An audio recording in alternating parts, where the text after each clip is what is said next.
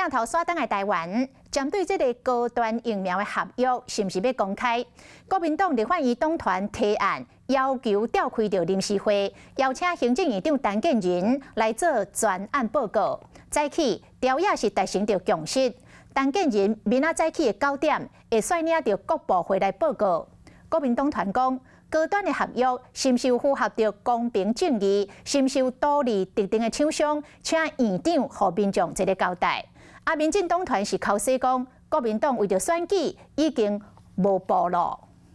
特别把高端拿出来，那是不是我们也在变相炒作高端呢？是不是在野党告急？很多在野党自己心知肚明。不是基于国民党的选情，国民党选情非常乐观。国会政党协商激烈攻防，因为国民党团提案，爱行政院长陈建仁亲身到林县，专案报告高端的合约。召开理事会，请陈建仁院长来立法院讲清楚、说明白。股价异常的波动。合约的采购内容，还有相关的这个 EUA 的申请，整个的过程都应该向国人公开透明。民众党团嘛对咧护起，就算民进党团、高级党团嘛未堪起在遐基本优势，将规划伫咧明仔载透早9点，陈建仁带各部会专案报告30分钟，由各党团以进党的比例结顺，民进党推派1会，国民党7会，实力和民众党团是各1会，不过对这个结婚。国民党险如巨熊啊，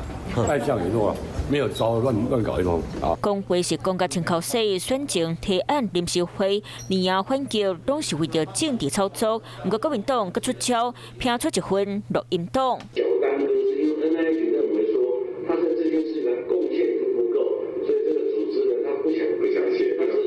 高端竟然跟美国国务院说，只要你们挂名就是贡献。公布第4波高端董事会录音，讲到美国国务院挂名帮忙背书，那赢个起交期。民进党能够真正的适宜，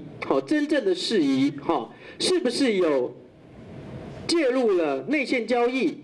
是不是有官商勾结？都必须要讲清楚。这个东西我们早就面对，每次都要面对，而且这个立法也是。这个调查小组里面都看过1期多少钱，大家都知道。高端的争气因为选战，搁一摆正做大家关注的焦点。